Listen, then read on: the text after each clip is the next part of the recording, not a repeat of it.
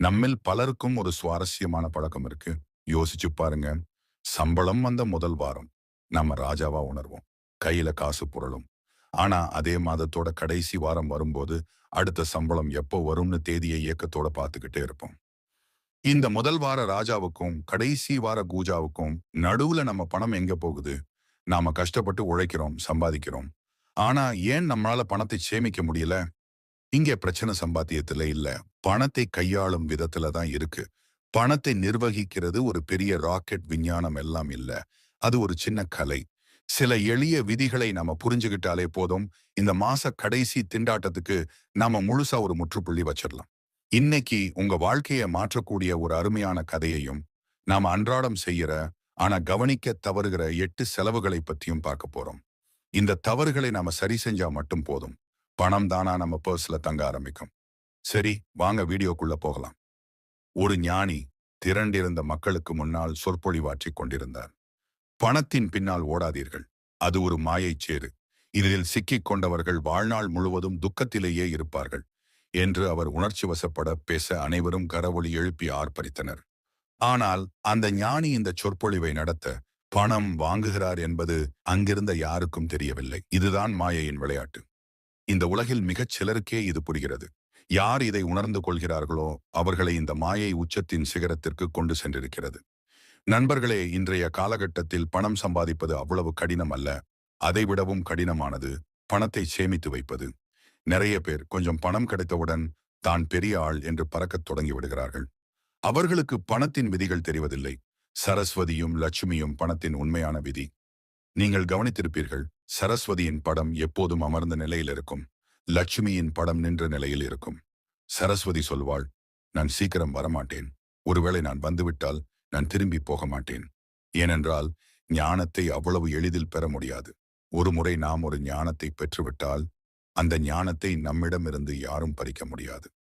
ஆனால் லட்சுமியின் விதி என்னவென்றால், அவள் சீக்கிரம் வந்துவிட்டால் சீக்கிரமே சென்று விடுகிறாள்.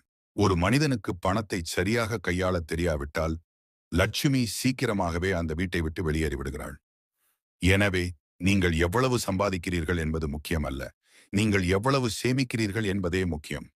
பணக்காரன் ஆவதற்கான முதல் வழியும் இதுதான். உங்கள் செலவுகளை கொஞ்சம் குறைத்து மேலும் பணம் சம்பாதிக்கும் வழியை கண்டறியுங்கள். இன்றைய இந்த கதையில் உங்கள் பணத்தை சேமிக்க நீங்கள் உடனடியாக குறைக்க வேண்டிய 8 வகையான செலவுகளை பற்றி சொல்கிறேன். இதை நீங்கள் இப்போதே நிறுத்திவிட்டால் பணத்தின் உண்மையான விதிகளை புரிந்து கொள்வீர்கள். நீங்கள் எவ்வளவு சம்பாதிக்கிறீர்களோ அதில் இந்த 8 இடங்களில் உங்கள் செலவுகளை குறைத்துக் கொள்ளுங்கள். படிப்படியாக உங்கள் வீட்டில் பணம் சேரத் தொடங்கும். உண்மையாகவே உங்கள் வீட்டில் பணம் சேரத் தொடங்கி இருக்கிறது என்று நீங்களே உணர்வீர்கள். சரி, இப்போ நாம அன்றாடம் செய்யற அந்த 8 தவறுகள் என்னென்னு பார்ப்போம். முதல் தவறு என்னன்னு பார்ப்போம். நான் தான் பெரிய ஆள். பிறருக்காக செய்யும் ஆடம்பர செலவுகள். நமது தேவைக்காக ஒரு பொருளை வாங்குவது வேறு. ஆனால் அடுத்தவர்களின் பார்வைக்காக நம்மை பெருமையாகவும் பணக்காரர்களாகவும் காட்டிக்கொள்வதற்காக தகுதிக்கு மீறி ஒரு புதிய கார், பெரிய பைக் அல்லது விலை உயர்ந்த அலைபேசியை மாத தவணையில் வாங்குவதுதான் நாம் செய்யும் பெரிய தவறு. ஒரு கணம் யோசியுங்கள். இந்த பொருள் உண்மையிலேயே எனக்கு தேவையா? இல்லை அடுத்தவர்களிடம் நான் பெரிய ஆள் என்று காட்டத் தேவையா? இந்த கேள்விக்கு நீங்கள் நேர்மையாக பதில் தேடினால் உங்கள் செலவில் ஒரு பெரிய பங்கு குறைந்துவிடும். சமூக வலைத்தளங்களில் வரும் படங்களையும் நண்பர்களின் ஆடம்பர பொருட்களையும் பார்த்து ஈர்க்கப்பட்டு நமது நிதி நிலையை மறந்து செய்யும் செலவுகள் மன அமைதியை குலைத்து கடனை மட்டுமே பரிசளிக்கும். உங்கள் சுயமதிப்பு நீங்கள் வைத்திருக்கும் பொருட்களில் இல்லை, உங்கள் சாதனைகளிலும் மன அமைதியிலும் தான் இருக்கிறது என்பதை உணர்ந்து செயல்படுங்கள். அடுத்து நாம செய்யற இரண்டாவது தப்பு, தள்ளுபடி, மாயாஜால விற்பனையின் மாயவலை.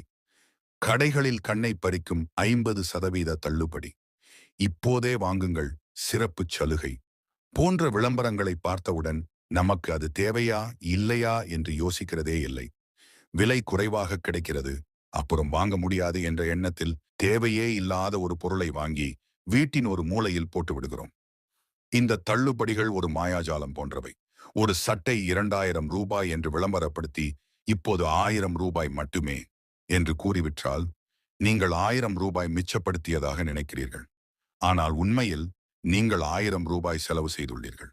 ஒரு தள்ளுபடி உங்களுக்கு தேவையான பொருள் மீது இருந்தால் மட்டுமே அது நல்ல தள்ளுபடி.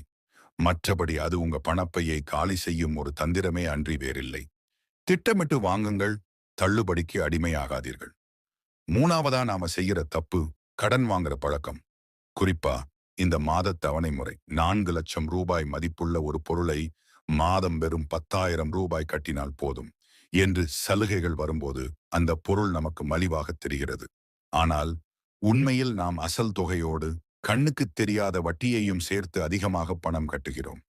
ஒரு பொருளின் உண்மையான விலை என்ன, அதற்கான வட்டி எவ்வளவு என்பதை முழுமையாக புரிந்து கொள்ளாமல் கடனில் வாங்குவது பெரும் தவறு. அத்தியாவசிய தேவைகளான வீடு கட்டுவது, உயர்கல்வி பெறுவது போன்றவற்றுக்கு கடன் வாங்குவது வேறு. ஆனால் ஆசைப்படும் அனைத்து பொருட்களுக்கும் கடன் வாங்குவது நாம் நமக்கு நாமே ஒரு சுமையையும் நிதி அழுத்தத்தையும் உருவாக்கிக் கொள்வது போலாகும். இந்த கடன் பழக்கம் ஒரு சங்கிலி தொடர் போன்றது. ஒரு கடன் தீரும் முன் அடுத்த கடன், அடுத்த கடன் என நமது பண சுதந்திரத்தை முடக்கிவிடும். கடன் பட்டார் நெஞ்சம் போல கலங்கினான், இலங்கை வேந்தன் என்ற பழமொழி கடன்படும் துயரத்தை உணர்த்துகிறது. முடிந்தவரை கடனில்லா வாழ்வு வாழ முயற்சி செய்யுங்கள். 4வது தப்பு கணக்கில் வராத செலவு. அதுதான் இந்த இணையவழி பரிவர்த்தனைகள். கணக்கில் வராத செலவுகள். இதற்கு முக்கிய காரணம் இன்று நாம் அதிகம் பயன்படுத்தும் இணையவழி பரிவர்த்தனைகள். அலைபேசி மூலம் QR குறியீடுகளை ஸ்கேன் செய்து பணம் அனுப்பும்போது நம் கையிலிருந்து பணம் போவதான உணர்வே நமக்கு கிடைப்பதில்லை. இதனால் சின்ன சின்ன செலவுகளாக நாம் நிறைய செய்து விடுகிறோம். மாச கடைசியில் வங்கிக் கணக்கை பரிசோதிக்கும் போதுதான் இந்த சின்ன சின்ன செலவுகள் சேர்ந்து ஒரு பெரிய தொகையாக மாறியிருப்பதை உணர்வோம். ₹1 சேமிப்பு ₹1 வருவாய்க்கு சமம் என்பார்கள். எனவே முடிந்தவரை சின்ன சின்ன செலவுகளுக்கு ரொக்க பணத்தை பயன்படுத்தி பழகுங்கள். அப்போதுதான் பணத்தின் மதிப்பு புரியும். ஒவ்வொரு செலவையும் ஒரு முறை எழுதுவது அல்லது ஒரு செயலியில் பதிவு செய்வது உங்கள் பணப்பழக்கத்தை கண்காணிக்க உதவும். 5வது தவறு செலவு பண்றது. மனசுக்கு கஷ்டமா இருந்தால் உடனே ஆன்லைனில் எதையாவது ஆர்டர் செய்வது, சந்தோஷமாக இருந்தால் நண்பர்களுக்கு பெரிய பார்ட்டி வைப்பது என நமது உணர்ச்சிகளுக்கும் செலவுகளுக்கும் ஒரு முடிச்சு போட்டு வைத்திருக்கிறோம். இது ஒரு ஆபத்தான பழக்கம். மனது சரியில்லாத போது ஒரு நண்பரிடம் பேசுங்கள், பிடித்த இசையை கேளுங்கள் அல்லது சிறிது தூரம் நடந்து சென்று வாருங்கள். உங்கள் பர்ஸை திறக்காதீர்கள்.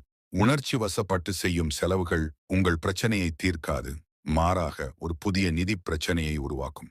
உணர்ச்சிகளை பணத்தால் சமாளிக்க முடியாது. செலவு செய்வதற்கு முன் ஒரு 24 மணி நேரம் காத்திருங்கள்.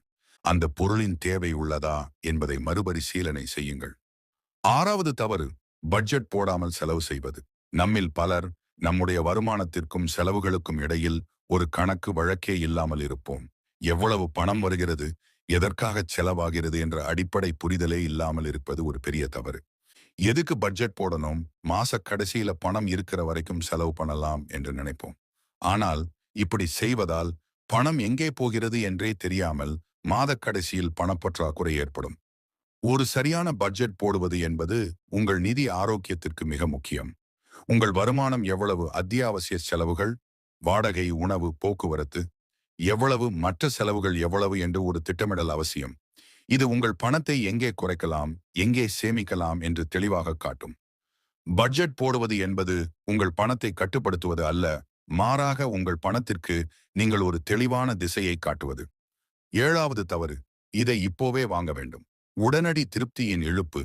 இன்றைய நுகர்வோர் உலகில் உடனடி திருப்தி என்பது ஒரு பெரிய சவாலாக உள்ளது.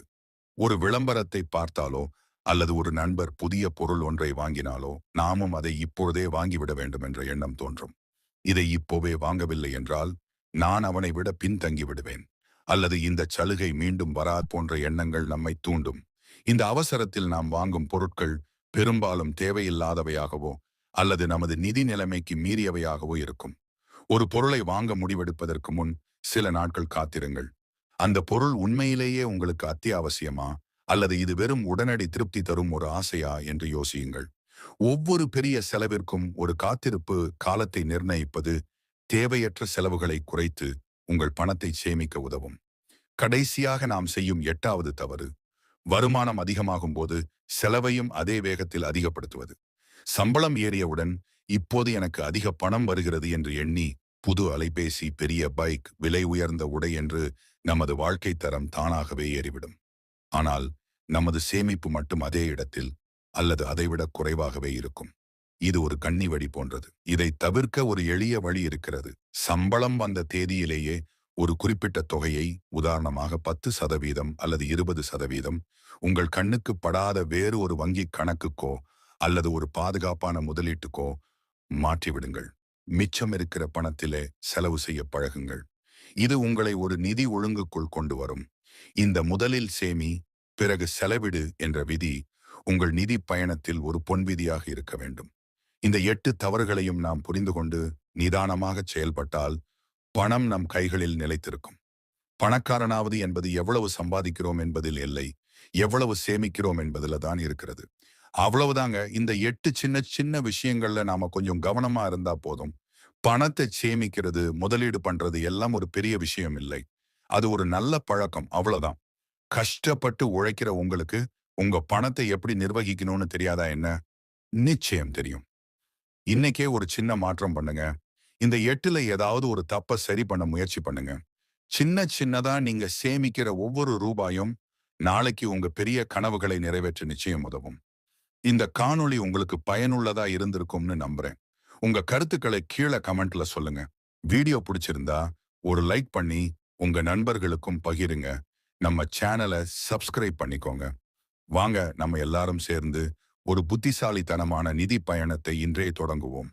அடுத்த வீடியோவில் சந்திப்போம். நன்றி, வணக்கம்.